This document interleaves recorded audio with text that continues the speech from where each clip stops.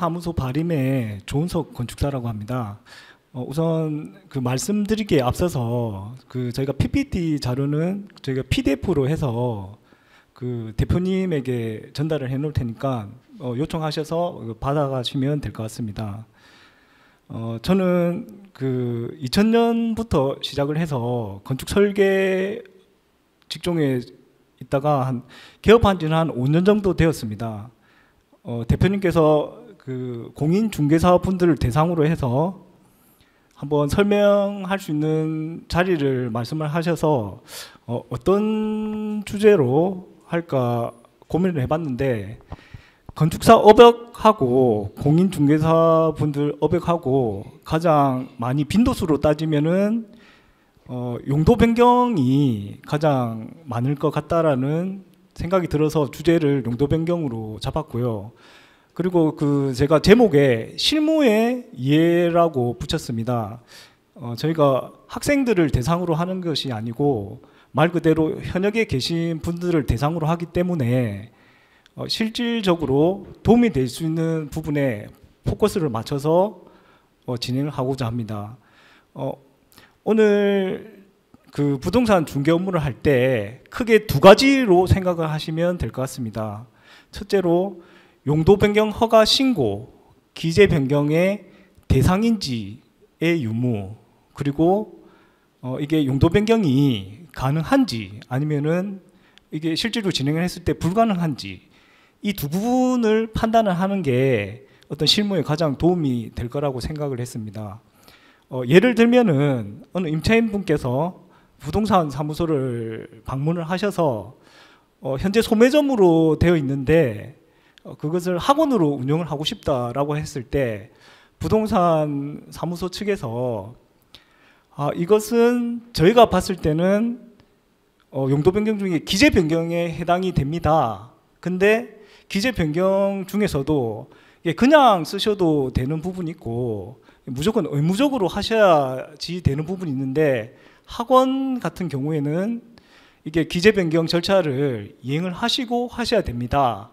그리고 오시기 전에 저희가 자료를 잠시 봤는데 이거는 저희 경험치로 보았을 때 이거는 가능할 것 같습니다 라든지, 아니면은 이것은 저희가 판단할 때 조금 힘들다고 판단이 됩니다. 근데 그냥 힘든 것이 아니고 왜 어떤 이유를 정확하게 설명을 해드리면서 불가능하기 때문에 다른 물건으로 한번 알아보시는 게 더 좋을 것 같습니다 라는 내용입니다. 그래서 앞에 설명드린 내용 중에 두 가지가 있습니다. 첫 번째는 용도 변경 허가 신고 대상에 대한 확인 부분하고 용도 변경이 가능한지 불가능한지 판단, 이 두 가지에 조금 초점을 맞춰서 설명을 드리겠습니다. 오늘 말씀드릴 내용은 첫 번째로 용도 변경, 용도 변경에는 용도 변경 허가, 그리고 신고, 그리고 기재 변경 중에 임의사항이 있고 의무사항이 있습니다. 그리고 건축물의 용도도 총 29개 호가 있는데 그에 대해서 개괄적으로 한번 살펴보고요. 그리고 1번하고 2번은 앞서 말씀드린 내용대로 용도 변경에 대한 해당 유무에 대한 내용입니다. 그리고 3번, 4번에 대한 내용은 용도 변경 관련해서 가능한지 아니면 불가능한지에 대해서 판단을 하기 위해서 이런 내용들에 대해서 설명드리고자 합니다. 불가능 유무에 대한 판단은 첫 번째로 관련된 서류들을 준비를 하셔야 되겠죠.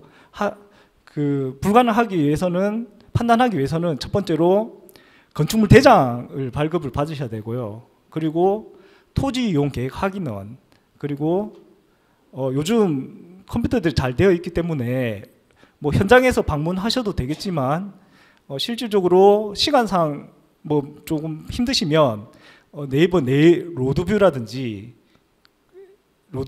거리 확인하는 방법, 그리고 모든 이런 절차들은 법규를 베이스로 하고 있습니다. 법규를 베이스로 하고 있는데 크게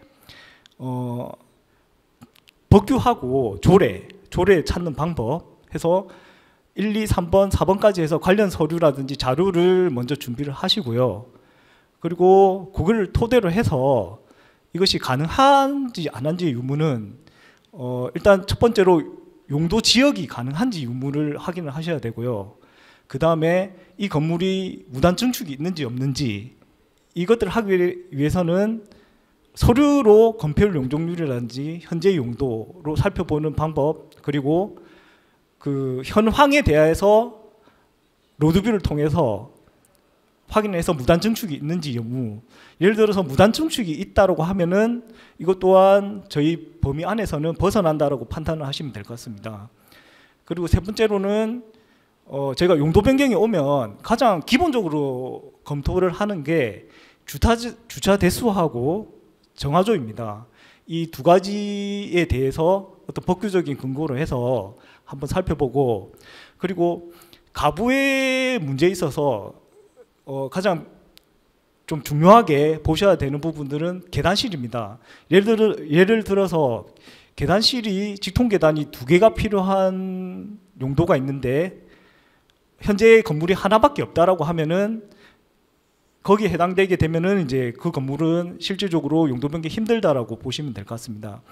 그리고 5번에 주요 사항 검토해서 방화창, 스프링클러, 장애인, 에너지, 그리고 절차 기간이 있는데 저희가 이제 파란색으로 표시한 1번, 2번, 3번, 4번까지만 오늘 충분히 그 내용을 이해를 하시고 가면 저희가 봤을 때는 부동산 업액을 하시면서 거의 90% 이상은 커버가 된다라고 보시면 될 것 같고, 5번부터는 저희가 실질적으로 용도 변경 절차에서 이거는 건축사들이 진행을 하면서 여러 가지 이슈들이라든지 생길 수가 있습니다. 근데 이 부분을 제가 언급드리는 이유는 이런 내용들이 있다라는 부분에 대해서는 한번 인지를 하고 가시는 게 도움이 될 것 같습니다. 첫 번째로 용도 변경이란에 대해서 건축물 대장을 발급받게 되면 이 왼쪽 하부에 보면은 그 구조하고 그리고 용도가 이렇게 나오게 됩니다. 그리고 면적. 제가 이 표를 이렇게 막아 놓은 거는 이제 개인 정보 때문에 이렇게 막아 놓은 거니까 양해 바랍니다. 그래서 용도 변경이 제일 처음에는 이제 일종 근린생활시설 소매점으로 나왔다가 용도 변경이 최종 완료가 되고 나면 이게 위락시설, 예를 들어서 바꾸고자 하는 목적으로 바뀌게 됨으로써 이 용도 변경이 완료가 됩니다. 앞서 말씀드렸듯이 용도 변경은 크게 카테고리가 3개로 보시면 될 것 같습니다. 용도 변경이 허가가 있고, 그리고 신고가 있고, 기재 변경이 있는데 기재 변경에는 임의사항이 있고 의무사항이 있습니다. 용도 변경 허가 같은 경우에는 용도가 총 29개 호로 이루어져 있지만 크게는 9개 군으로 나눠져 있는데, 이게 하위군에서 이제 상위군으로 가게 됐을 때는 용도 변경 허가에 해당이 됩니다. 반면에 상위군에서 하위군으로 내려갈 때는 용도 변경 신고에 해당이 되고요. 그리고 같은 건물군 간에는 기재 변경 사안입니다. 근데 같은 건축물 대상상에 같은 별표상에 같은 호끼리는 상호간과 그리고 근린생활시설 1, 2종 상호간에는 하셔도 되는데 굳이 안 하셔도 무방하다. 다만 위에 별표상에 목욕장이라든지 골프 연습장 등등에 해당하는 용도에 있어서는 무조건 기재 변경을 의무를 하셔야 된다라는 내용입니다. 크게 4가지 용도입니다. 건축 용도 변경 허가, 신고, 기재 변경에 대해서는 임의사항과 의무사항. 요거를 조금 더 자세하게 살펴보면 기재 변경 의무사항에서 이런 내용들이 있습니다. 요거를 이제 의무사항에 해당되는 애들은 목욕 근린생활시설 중에 목욕장, 의원, 치과의원, 한의원, 그리고 공연장, 청소년 게임업소, 학원, 골프 연습장, 단란주점, 상점, 생활숙박시설, 단란주점, 유흥주점으로의 기재 변경은 같은 기재 변경이라 하더라도 기재 변경 절차를 이행을 하셔야지만 되는 사안입니다. 앞서 사례로 설명드린 부분에서도 언급했던 게 학원이라고 말씀드렸는데, 학원 같은 경우에는 임의사항이 아니고 의무사항이기 때문에 기재 변경을 하셔야 하는 사안입니다. 앞서 설명드린 대로 그 용도 변경은 총 9개 시설군으로 구분이 되어 있습니다. 총 세부적으로 건축법상 별표 1상에 29개의 용도를 군으로 9개로 나눠져 있는데, 설명드린 대로 같은 예를 들어서 영업시설군이다 그러면은 같은 시설군끼리의 용도 변경은 기재 변경에 해당이 됩니다. 그리고 영업시설군이 상부로 올라가게 되면은 용도 변경 허가권이 되는 거고, 여기서 내려가게 되면은 용도 변경 신고권에 해당이 됩니다. 같은 내용 중에서도 기재 변경 사항에서도 의무 사항이 있고 임의 사항, 권장 사항이 있습니다. 여기서부터는 총 29호에 대해서 용도가 있는데 쭉 있습니다. 쭉 있는데 개괄적으로 살짝 언급을 해드리면서 넘어가도록 하겠습니다. 단독주택 같은 경우에는 단독주택, 다중주택, 공간. 단독주택은 앞에 시설군에서 8번에 해당이 됩니다. 공동주택은 아파트, 다세대, 기숙사, 그리고 최근에 조금 바뀐 내용입니다. 기숙사도 일반 기숙사, 임대형 기숙사로 이제 최근에 법령 개정이 되면서 조금 수정이 된 내용이고, 공동주택 같은 경우에는 주거 업무 시설군에 해당이 됩니다. 그리고 아마 빈도수로 따지면 부동산 업역에서 1종 근린생활시설과 2종 근린생활시설이 가장 많다라고 생각이 됩니다. 1종 근린생활시설은 식품 잡화이고 면적이 1,000제곱미터 미만인 것입니다. 그리고 휴게 음식점 같은 경우는 300 미만은 제1종 근린생활시설이고 이상이 되는 것은 제2종 근린생활시설에 해당이 됩니다. 그리고 이용원, 의원, 치과 등등의 시설은 제7번 근린생활시설군에 해당이 됩니다. 뭐 탁구장, 마을회관, 공동회관, 변전소, 금융업소 등도 근린생활시설군에 해당이 됩니다. 제2종 근린생활시설은 공연장, 종교집회장, 서점, 총포, 청소년 게임업소 500제곱미터 미만 근린생활시설군에 해당이 되는데, 뭐 한 가지 조금 유의 있게 봐야 될 부분은 여기 면적들이 적혀 있습니다. 뭐 청소년 게임업소인데 500제곱미터 미만이라고 되어 있는데, 예를 들어서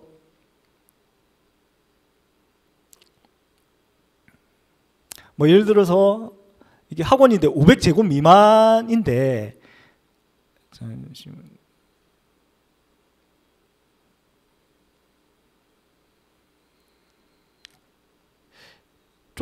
조금 주의 깊게 보셔야 되는 거는, 여기 사무소 같은 경우에 500제곱 미만인데 500이 넘어가게 되면은 업무시설로 용도 변경이 돼야 되는 부분인데, 최근에 그 소유자별로 해서 그 건물 총량제가 아니고 소유자별 총량제로 바뀌었습니다. 좀 바뀐 지는 오래되었긴 했는데, 이게 500이라는 기준이 예전에는 건물 전체에 대해서 500이 미만이면은 근린생활시설에 해당이 됐습니다. 근데 이 500이 소유자별로 바뀌었습니다. 그 바뀐 지 좀 오래됐는데, 소유자별로 해서 소유자별을 예를 들어 가지고 250, A라는 분이 250이고 C라는 분이 300이다. 그럼 두 분 다 합하게 되면 500이 넘어가는데, 소유자별로 따지기 때문에 각각 같이 이제 근린생활시설로 이렇게 보시면 될 것 같습니다.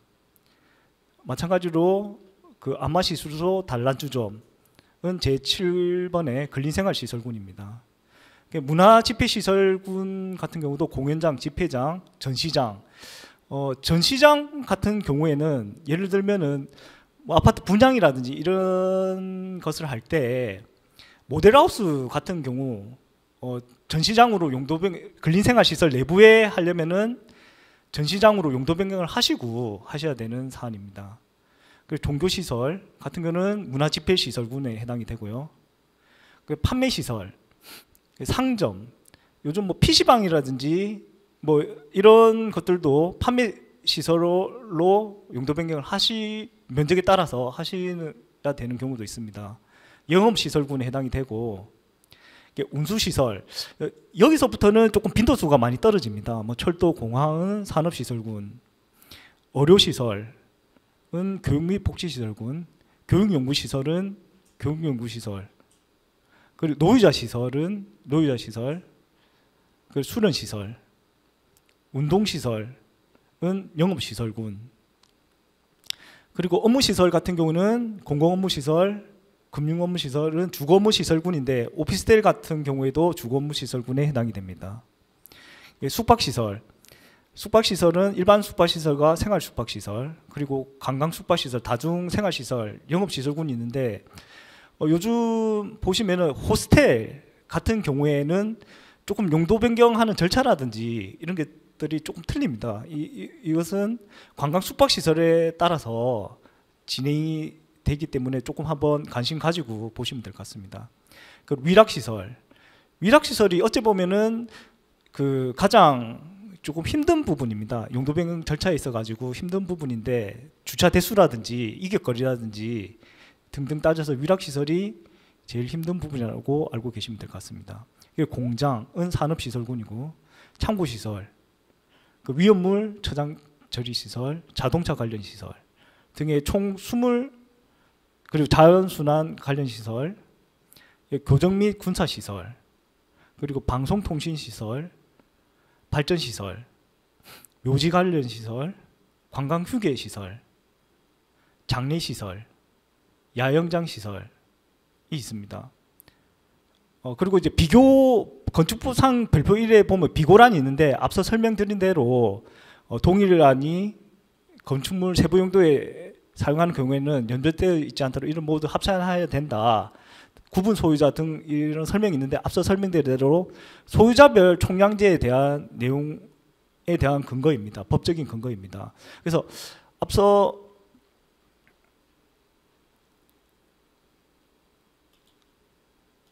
설명드린 대로 1번하고 2번인 용도 변경 허가는 하위군 용도에서 상위군으로 올라가게 되면 용도 변경 허가, 신고는 상위군에서 내려가게 되면 용도 변경 신고, 기재 변경은 임의사항과 의무사항이 있다라는 부분에 대해서 이해를 해주셨으면 합니다.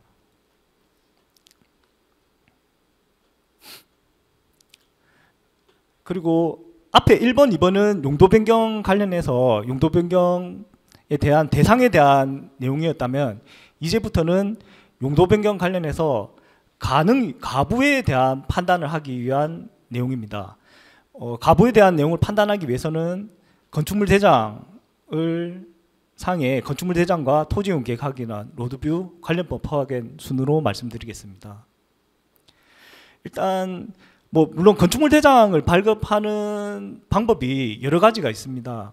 직접 방문을 하셔서 하셔도 되고, 아니면은 저희가 조금 추천드리는 부분은 세움터를 통해서 발급하시는 게 여러모로 좀 편리하다고 생각합니다. 왜냐하면 모든 건축 인허가가 저희 건축 허가라든지 용도 변경뿐만이 아니고 저희가 건축사들이 세움터에 들어가서 접수를 하게 됩니다. 그러면 공무원들이 세움터 상에서 저희가 업로드한 내용을 확인을 해서 그것을 관련 부서 협의를 돌리고 그에 대해서 질의응답해서 관련 부서 회신이 오면은 그거를 토대로 해서 용도 변경 절차가 진행되기 때문에 저희가 건축물 대장 상에 발급 목적도 있지만 여기 가입하시고 공인인증서 등록을 해놓으시면 여러 가지 다방면에서 조금 도움이 되실 수 있을 것 같습니다.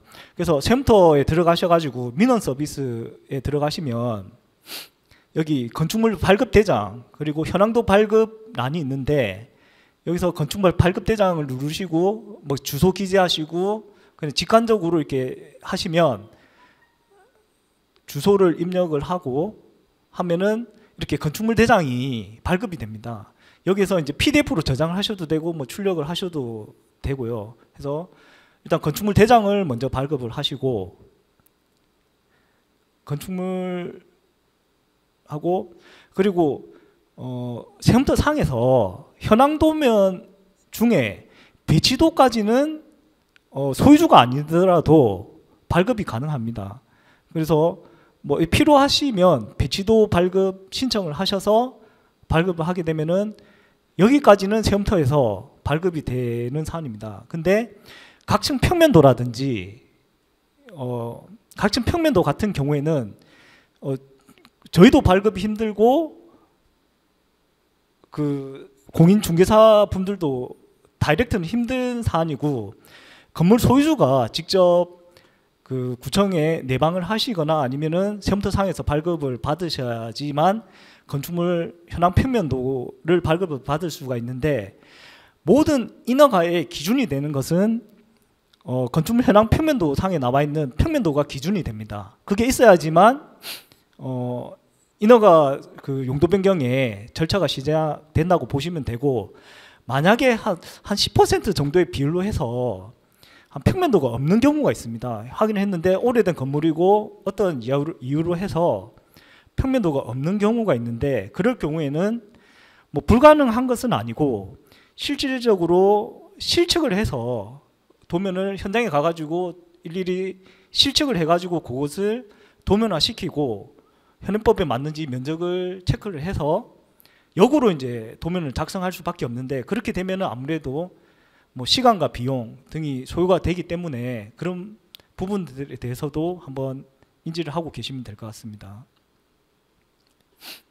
그리고 두 번째는 토지이용계획 확인원 발급을 받으셔야 되는데 이것은 토지이음에 들어가셔가지고요. 토지이용계획 확인에 가장 기본적 저희가 이제 건축업에 가장 검토를 할 때 가장 기본적으로 떼는 서류입니다. 토지이용계획 상에서 주소를 치시게 되면 이렇게 용도라든지 행위 관련해서 제한되는 사항에 대해서 발급이 됩니다. 그래서 기본적으로 뭐 일반 상업 지역에 해당이 된다, 뭐 방화지구에 해당이 된다, 그리고 가로구역별 높이에 해당이 된다라는 기본적인 내용들이 나오고 그리고 그 밑에 하단에 보면 앞서 추후에 설명드린 기본적인 법규적인 내용들이 같이 출력을 하게 됐을 때 행위 내용에 대해서 체크를 하고 출력을 하게 되면은 조례상의 용적률, 건폐율, 가능 용도, 방화지구 기타 관련된 법령사항의 내용들이 같이 출력이 되기 때문에 요거 관련해서는 출력을 하실 때 같이 보시면 될 것 같습니다. 그리고 세 번째로는 현장 확인인데 제가 이거는 설명을 드리는 이유가 뭐 요즘 현장을 직접 방문하셔도 되지만 그럴 힘든 경우가 있습니다. 그래서 로드맵을 통해서 뭐 위에서 상부에서 봤을 때의 건물 현황과 그리고 로드뷰를 통해서 그 건물의 뭐 무단 증축 유무를 판단하기 위해서 그리고 현황을 판단하기 위해서 로드뷰를 보시면 될 것 같습니다. 그리고 네이버 상에서 거리 위치도 확인이 가능한데 제가 이것을 설명드린 이유는 그 용도 변경 유무를 판단을 할 때 뭐 예를 들어서 이 내용이 확인이 필요한 부분들이 있습니다. 예를 들어서 위락시설 같은 경우에는 도시계획시설 상에 주거지하고 50m 이상 이격이 돼야 됩니다. 그런 것들을 확인하기 위해서는 뭐 실질적으로 뭐 확인할 수 있는 가장 효율적인 방법은 네이버에 들어가시고 거리를 측정해 봤을 때 여기가 이제 빨간 지역이 상업지역이고 노란 지역이 주거지역인데 거리가 이제 이까지는 49m인데 실질적으로 주거지역까지는 한 20m 정도 거리입니다. 그래서 여기에 만약에 유흥시설, 위락시설이 입점하기 위해서는 도시계획 조례상에 50m 이상 이격이 돼야 되는데 그것이 만족하지 않기 때문에 여기는 위락시설은 힘든 가부에 있어서 불가라고 이렇게 판단을 하시면 될 것 같습니다.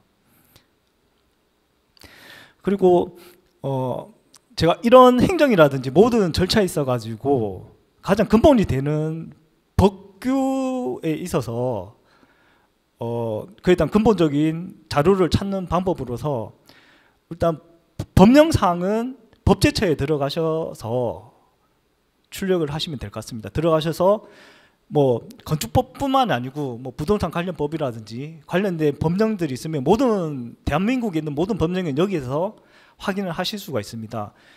용도 변경 관련해서는 뭐 예를 들어서 건축법 시행령이라 치시면 여기 별표들이 쭉 나오는데 여기 별표 1번 용도별 건축물의 종류 치시면은 초반에 설명드린 29개에 대한 내용들이 법규적으로 법규 근본 원본을 확인하실 수 있고, 그리고 법이라는 게 계속 매년마다 이렇게 수정이 되고 바뀌기 때문에 이런 자료들은 뭐 관심을 가지시고 업데이트를 해주시는 게 필요할 것 같습니다.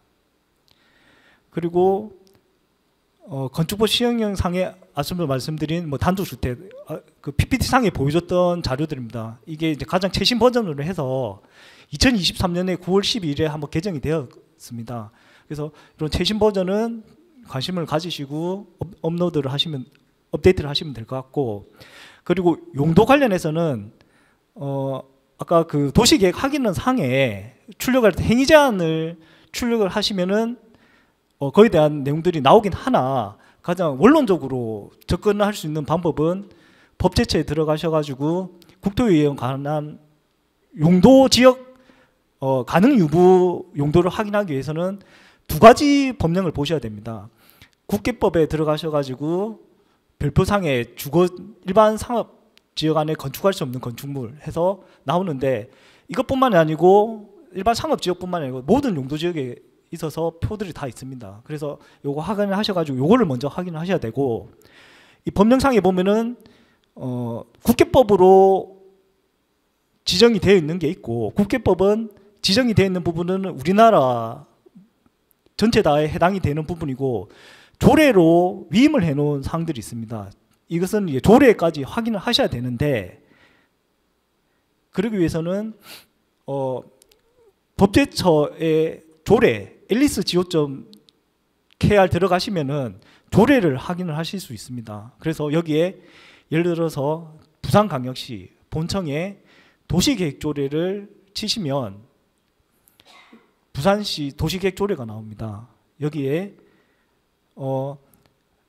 그 아까 국계법상에서 확인 내용하고 국계법상에서 도시계획조례상에 위임된 내용들 두 가지를 같이 확인을 하셔서 검토를 하셔야 되는 사안이고, 앞서 그 네이버 위치에서 50m 이격이 돼야 된다고 말씀을 드렸는데, 여기에 보시면은 위락시설은 50m 이내에 떨어져 이격 주거지역으로부터 50m 이격이 돼야 된다는 내용 원본을 확인하실 수 있습니다.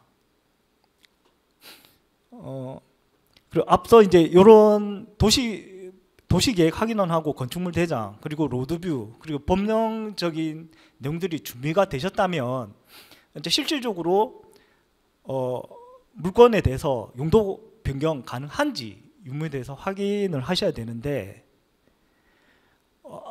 법 제처에서 그 가능한 용도, 예를 들어 상업지역에서 가능한 용도들이 있는데 상업지역에서 불가능한 용도를 의뢰를 하시면은 이거는 뭐 기본적으로 불가능한 내용이 될 겁니다. 그리고 두 번째로 보셔야 되는 것들이 현재 건축물에 있어서 위반 건축물이 있는지 유무를 살펴보셔야 되는데, 여기 건축물 대장을 뗐을 때 위반 건축물을 이렇게 뜨는 건축물 대장이 있고 안 뜨는 애들이 있습니다. 요거는 어찌 보면 되게 차이가 많이 나는 부분인데, 위반 건축물로 뜨는 애들은 공식적으로 구청에서 이 부분에 대해서 행정 제재가 되고 있다라고 공식적으로 되어 있는 부분입니다. 그래서 뭐 그 벌금을 이행 강제금을 부과를 시키고 있는 부분이고 해서 이게 뜬 상태에서는 모든 행정 절차가 진행이 안 됩니다. 그 용도 변경도 진행이 안 되고, 뭐 물론 이 건물을 파실 때에도 뭐 이런 경우를 가끔씩 보고 하는데, 그렇게 되면은 제값 받고 팔기가 당연히 힘들겠죠. 당연히 힘들 거고, 위반 건축물이 이게 없지만 건축물이 위반 건축물로 구청에서 인지를 못할 뿐이지 위반 건축물인 현 상태로 존재하는 건축물도 있습니다. 그래서 건축물 그것을 현재 위반 건축물이 없지만은 저희가 현황이라든지 이런 것들을 살펴봤을 때 위반 건축물이면 그것 또한 용도 변경 원칙적으로 용도 변경이라든지 행정 절차가 힘든 사안입니다. 이 원상복귀라든지 그런 법의 범위를 벗어나는 부분에 있어서를 해결을 하지 않으면은 진행하기가 힘든 사안인데, 자, 예를 들어서 처음 딱 확인을 하셔야 될 때 건축물 대장성에 봤을 때 건폐율이 60%다라고 하면은 저희가 현황상에 이렇게 봤을 때 대지 경계선이고 건물이 있으면은 뭐 육안적으로 봤을 때 한 60% 정도 되어 보이면은 이거는 정상 건물입니다. 근데 항칙도라든지 이것을 봤을 때 건물이 한 90% 정도 이렇게 되어 있다라고 하면은 이 부분에 대해서는 무단 증축이라고 보시면 됩니다. 예를 들어 단독주택인데 윗부분이 이제 무단 증축을 해가지고 그 건물이 들어서 있다고 하면은 이것을 무단 증축이라고 보시고 행정행위라든지 이러는 원칙적으로는 힘든 사안입니다. 그리고 앞서 설명드렸듯이 위반 건축물을 떴을 때는 이게 무조건 위반 건축물을 영원히 가는 것이 아니고 위반 건축물을 해소를 했을 때는 위반 건축물이 해소를 시킬 수가 있습니다. 그리고 해소를 시키는 방법이 두 가지가 있는데 현 위반 건축물 부분에 대해 가지고 원상 복귀를 시키는 방법이 있고 하나는 추인 허가를 받는 방법이 있습니다. 추인 허가라고 하는 것은 기존 건축물에 대해서 위반 건축물이 단 전제 조건이 있습니다. 건축 현행법령에 맞을 경우에 추인 허가가 가능합니다.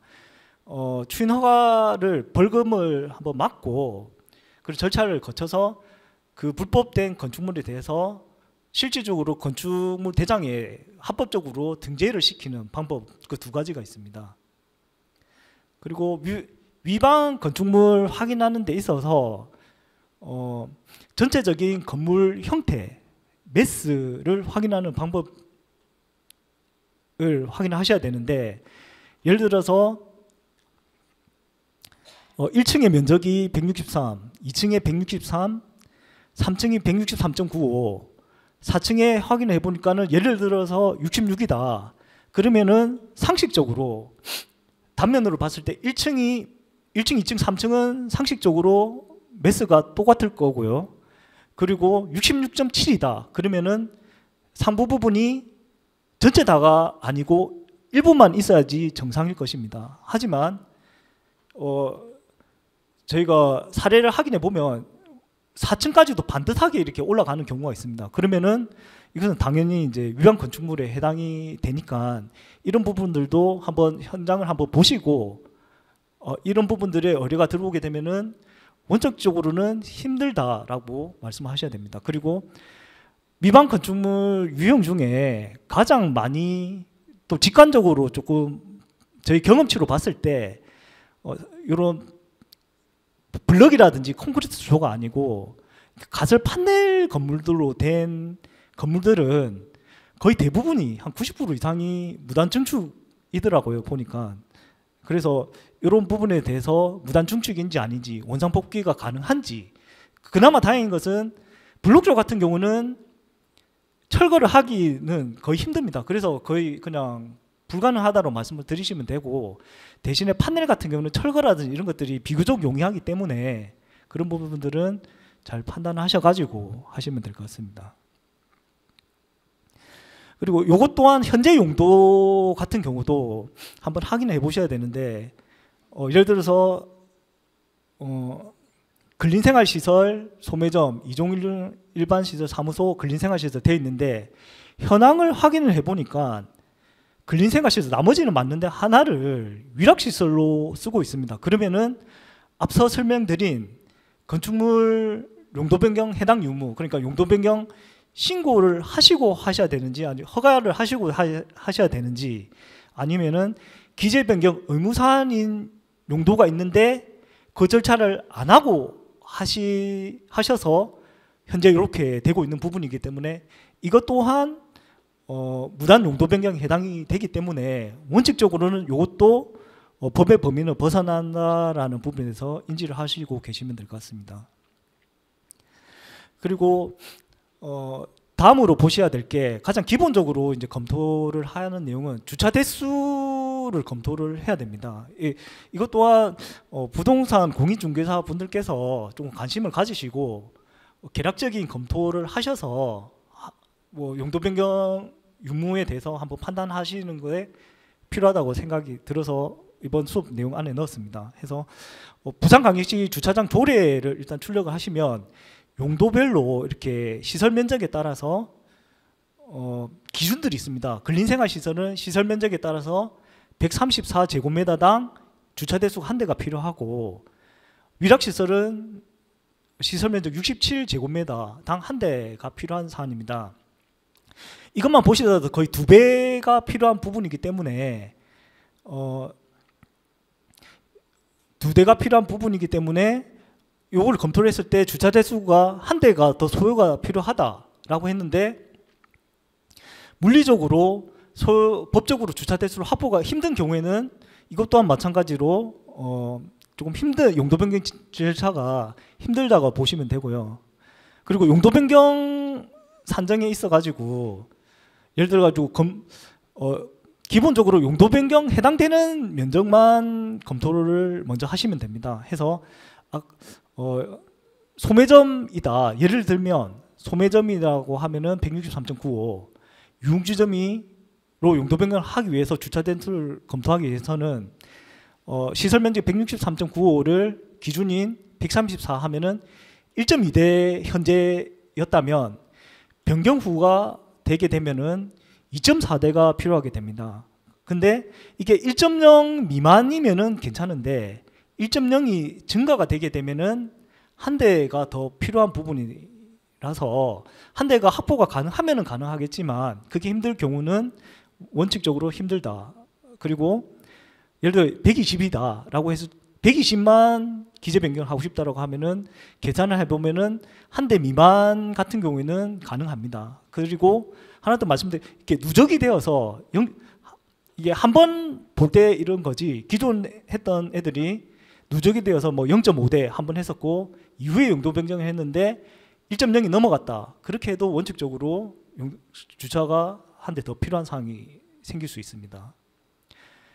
그리고 기본적으로 주차 대수하고 정화조 용량 검토가 필요한 부분인데, 정화조도 아까 법제처 들어가셔가지고 오수라고 치시면은 나오는데, 법령안 말고 오른쪽 란에 행정규칙란을 보시면 요 정화조 용량 요 표가 나옵니다. 환경부 고시가 나오는데 요것도 기본적으로 출력을 하셔가지고 검토를 하시면 검토가 필요한 부분이에요. 해서 이건 원본인데 한번 보시고, 예를 들어서 근린생활시설 다방에 있던 용도를 유흥주점으로 바꾸고 싶다라고 하면은 첫째, 오수 발생량하고 정화조 처리 인원 두 가지를 검토를 하시면 되는데, 이런 기준들이 나와 있습니다. 그 휴게 음식점 같은 경우는 35리터 제곱미터당 오수량이 발생이 되고, 면적에 따라서 0.175 면적에 따라서 인원 산주 이런 기준, 여기하고 여기에 대해서 기준을 가지고 계산을 일단 먼저 해보시면 될 것 같습니다. 기준이 다방 같은 경우에는 35리터 제곱미터이기 때문에 35를 곱하시고 면적을 곱하고 나누기 1000을 하면은 오수 발생량이 산정이 됩니다. 그리고 이거는 변경 전의 용량인 것이고, 유흥시설, 위락시설 같은 경우는 이것보다 더 용량이 큽니다. 커서 계산을 해보면은 7.54 세제곱미터 해서 변경 전과 후를 비교를 하면 이 용도 변경에 따라서 1.81 세제곱미터만큼이 증가가, 오수 발생량이 증가가 하게 됩니다. 그리고 마찬가지로 정화조 인원도 다방에서 보면 아까 산식에 보면은 0.175A라고 되어 있는데 A는 면적이기 때문에 0.175 곱하기 면적을 곱하게 되면은 변경 전은 28.69인이 필요하고 변경 후는 0.23A, 위락시설 같은 경우는 0.23A입니다. 해서 면적을 곱하기 37인이 해서 오수 발생량은 용도 변경에 따라서 1.81 세제곱미터가 증가가 되고, 그리고 처리 인원은 9.9명의 이 증가가 됩니다. 그래서 이 내용 관련해서 근데 저희가 경험치로 보면 진짜 한 3, 40배, 한 배 정도 늘거나 한 50% 이상이 되면 약간의 문제가 생길 수 있지만 웬만해서는 정화조 관련해서 문제들은 좀 생기지 않는 경우가 데이터적으로 대부분이었습니다. 왜냐하면 이게 용량이 조금 늘다 하더라도 한 반 정도 이렇게 는다 하더라도 정화조 청소를 한 2번 정도 더 하겠다라든지 그런 확인서를 제출하면 환경과에서는 이런 조건에 의해서 조건적으로 해서 용도 변경 절차를 내주는 경우가 다수였습니다.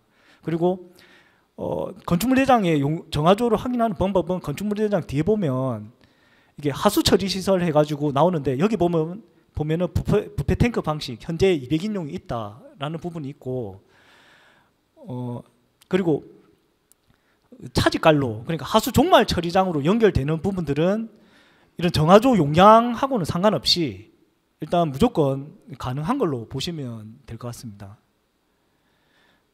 그리고 마지막으로 이제 계단실 용도 변경 절차를 이행할 때 조금 조심하셔야 되고 꼭 알으셔야 되는 부분이 계단실까지는 검토를 하셔야 된다고 판단이 되는데 왜냐하면 용도 변경 때문에 직통 계단을 추가로 늘릴 수는 없는 사안이지 않습니까? 그래서 용도 변경을 할 때 이 표상에 나오는 이거 건축법 시행령에 보시면은 원본은 확인할 수 있습니다. 법제처 들어가셔가지고 34조 쳐보면 원본을 확인할 수 있는데 주의하셔서 보셔야 될 부분들은 공연장이라든지 집회, 문화 집회 시설, 위락 시설 같은 경우에 그층 해당 용도로 쓰는 바닥 면적의 합계가 200이 넘게 되면 계단실이 2개가 필요합니다. 근데 뭐 좀 근린생활 시설이라든지 조금 좀 소규모의 애들은 보면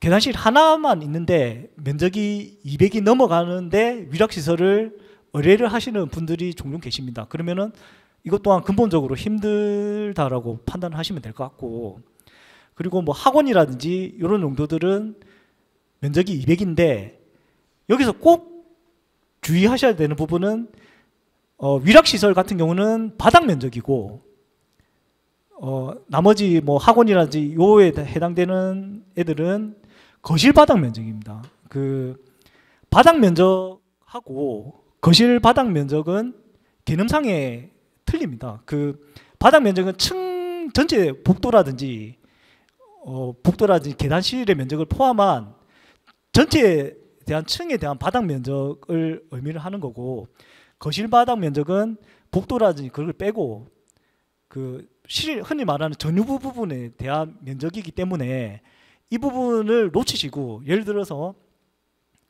거실 바닥 면적으로 착각을 하셔서 202제곱미터인데 위락시설로 가능한지 라고 물어봤을 때 그냥 면적만 생각하시면 놓치시면은 뭐 거실 바닥 면적이니까 복도 빼고 하면은 당연히 가능할 거라고 판단이 설 수 있지만 바닥 면적이기 때문에 바닥 면적이 200이 넘어가기 때문에 계단실이 2개가 필요한 경우가 종종 있었습니다. 그래서 이런 부분들은 계단실 부분에 있어서 조금 관심을 가지시고 보시면 될 것 같습니다. 그리고 나머지 이 부분은 주요 검토 사항은 앞서 말씀드린 수업 내용 바뀝니다. 바뀐데 약간 언급해드린 내용은 앞서 1, 2, 3, 4번까지 했을 때는 저희 용도라든지 가능 유무에 대해서는 거의 90% 이상이 판단이 되지만 나머지 10%에 대해서는 진행하시면서 건축사에서 진행하실 때 약간의 이슈라든지 그런 내용들은 이거는 주로 이제 건축사들이 이제 진행하면서 하실 건데 조금 이슈되는 상황 간략하게 조금 말씀드리면 방화창이 있습니다.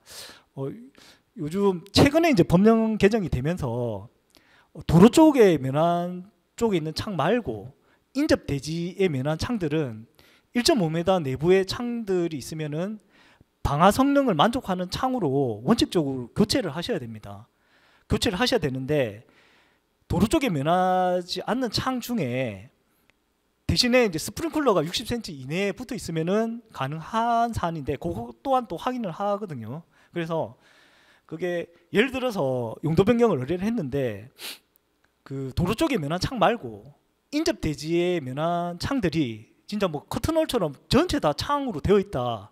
그러면은 그걸 교체하는 비용이라든지 그런 상황이 있으면은 조그만 창이면은 뭐 보통 창 하나에 꽤 고가로 알고 있는데 전체 다가 창으로 이루어져 있다면은 그거는 사업성이라든지 따져 보셨을 때 그 가부의 문제까지 갈 수가 있기 때문에 그런 부분 한번 살펴보시면 될 것 같고, 뭐 스프링클러 대상이라든지 완강기 내진 관련해서도 내용들이 이슈가 있는데, 완강기 같은 경우에도 뭐 3층 이상의 완강기 설치 대상인데 창이 작아가지고 완강기가 안 나오는 경우가 있습니다. 그럴 경우에는 문제들이 생길 수가 있고, 그리고 스프링클러 같은 경우에도 예를 들어 숙박시설인데 뭐 300이 넘어간다라고 했을 때 간이 스프링클러를 설치를 해야 되는데 스프링클러가 현재 없다라고 했을 때 그 스프링클러를 설치를 해야 되는지에 대한 부분들에 대해서 고민이 필요할 거고요.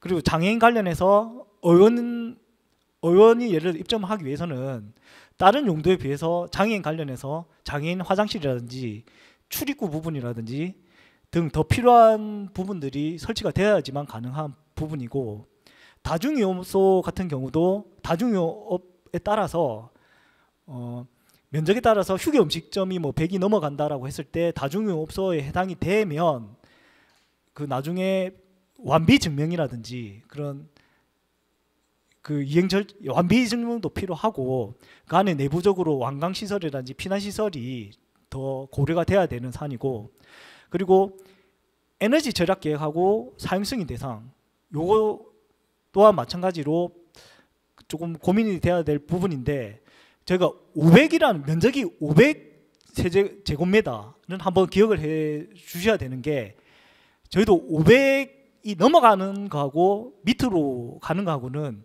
행정 전차상에 갭이 상당히 큽니다. 그래서 500이 뒤에서 한번 다시 설명드릴 거니까 500이라는 숫자를 한번 또 기억해 주시고, 그리고 상대 정하구역, 절대 정하구역 같은 경우도 토지이용 계획 확인서 상에 확인이 가능합니다. 그 학교에서 200m 안에 있으면은 상대 정하구역이고 50m 안에 있으면 절대 정하구역인데 그 안에 입점 가능한 용도들이 있습니다. 그리고 그게 교육청 심의를 받아야만 진행 가능한 애들도 있기 때문에 요거 관련해서는 한번 이런 게 있다 정도 이해를 해주시면 될 것 같습니다.